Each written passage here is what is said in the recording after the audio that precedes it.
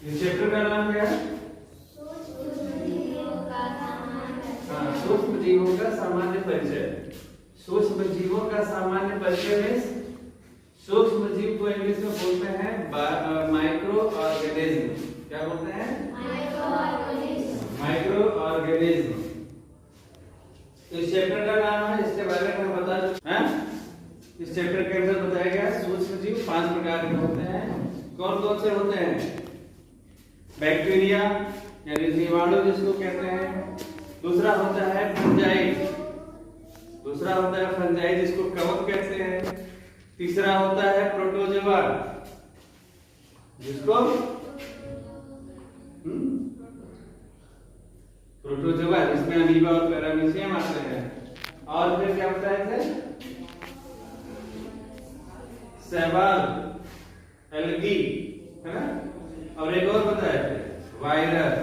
ये 5 प्रकार के सूक्ष्म जीव बताया गया था। हम इसमें 5 प्रकार के सूक्ष्म जीवों के बारे में बता चुके हैं कि शैवाल से क्या समस्याएं होती है, बीमारियां हो जाती हैं।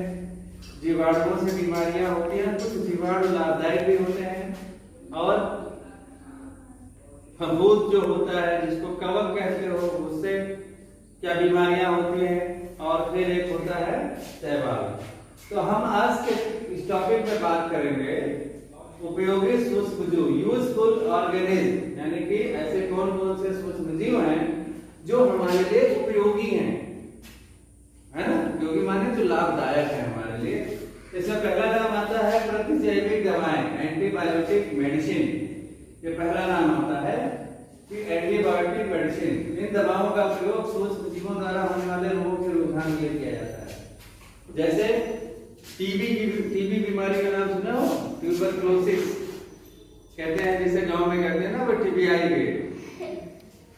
टीबी मतलब कि जिसके अंदर खून की कमी हो जाती है, पूरा शरीर पीला पीला जैसे होने लगता है, वो चल नहीं पाता ठीक से, और उसके लंग्स खराब होने लगते हैं। टीबी लंग्स खराब हो जाते हैं, खांसी बहुत आती है, सांस लेने में उसको बड़ी दिक्कत होती है, तो वो होता है टीबी।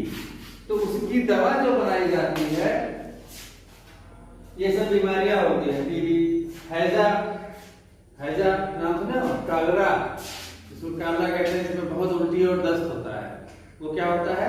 हैजा होता है। तो उसकी बीमारी की दवा। फिर आता है तुम्हारा ये टाइफाइड होता है, निमोनिया होता है। तो ये सब बीमारियां सूक्ष्म जीवों से होती हैं, और इनको रोकने के लिए, इन बीमारियों को रोकने के लिए इन्हीं सूक्ष्म जीवों से दवाई बनाई जाती है, जिसको बोलते हैं एंटीबायोटिक मेडिसिन। जैसे फफूंद से यानी फंजाई से एक दवा बनाई जाती है पेनिसिलिन। नाम सुना होगा तुम लोगों ने कि पेनिसिलिन का इंजेक्शन लगा दो, है ना? कोई बीमारी ठीक ना हो रही हो तो बोलते हैं पेनिसिलिन का इंजेक्शन लगा दो तो सही हो जाएगी। मतलब कि वो सूक्ष्म जीवों से होने वाली बीमारी थी, तो वो बीमारी ठीक कैसे होगी? जो सूक्ष्म जीव से बनाई गई दवा होगी। जैसे फफूंद से बनाया गया पेनिसिलिन। फिर जीवाणुओं से, बैक्टीरिया से एक दवाई बनाई गई स्ट्रेप्टोमाइसिन, जो टीबी में बहुत काम आती है, टीबी की बीमारी में। फिर एक शैवाल से क्लोरीन बनाया गया। क्लोरीन का प्रयोग प्रतिजैविक के रूप में किया जाता है, पानी वानी की सफाई में भी किया जाता है। पानी जैसे दूषित हो, उसमें क्लोरीन की गोली डाल दो तो वो पानी शुद्ध हो जाता है।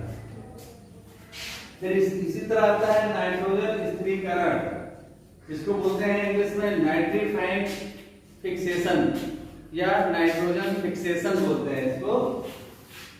तो दलहनी फसलों कौन कौन सी होती हैं?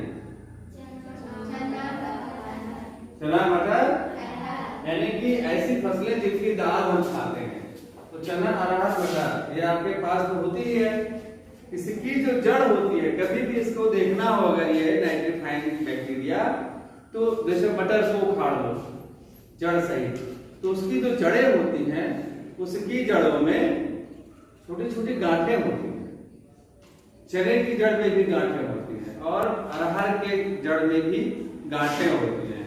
और वो गांठें जानते हो क्या होती है? वो गांठें जो होती है वो नाइट्रोजन होती है, उसके अंदर नाइट्रोजन होता है। जैसे नाइट्रोजन की, जमीन में नाइट्रोजन की कमी को पूरा करने के लिए कौन सी खाद डाली जाती है खेत में? यूरिया।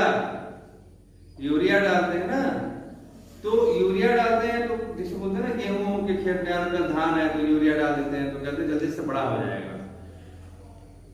तो ये तो यूरिया केमिकल है, लेकिन प्राकृतिक रूप से जो वातावरण में नाइट्रोजन है, उस नाइट्रोजन को हम ये जो बैक्टीरिया होता है ये अरहर की जड़ों में, मटर की जड़ में और चना की जड़ में फिक्स कर देता है।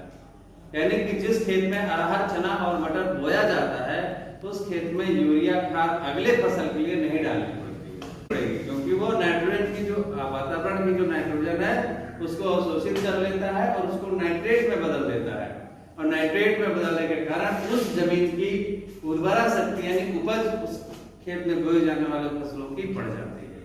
तो ये होता है नाइट्रीफाइंग बैक्टीरिया। जैसे एजोटोबैक्टर जीवाणु होता है, ये नाइट्रोजन जो अरहर की जड़ में, मटर की जड़ में और चने की जड़ में जो बैक्टीरिया पाया जाता है उसका नाम क्या है? एजोटोबैक्टर। क्या नाम है? एजोटोबैक्टर। हाँ, ये क्या है? बैक्टीरिया जो धान के खेत में काई जम जाती है ना, देखा होगा तुम लोगों ने, पानी भरा रहता है, काई जम जाती है। तो काई क्या है? वो काई एक प्रकार का शैवाल है,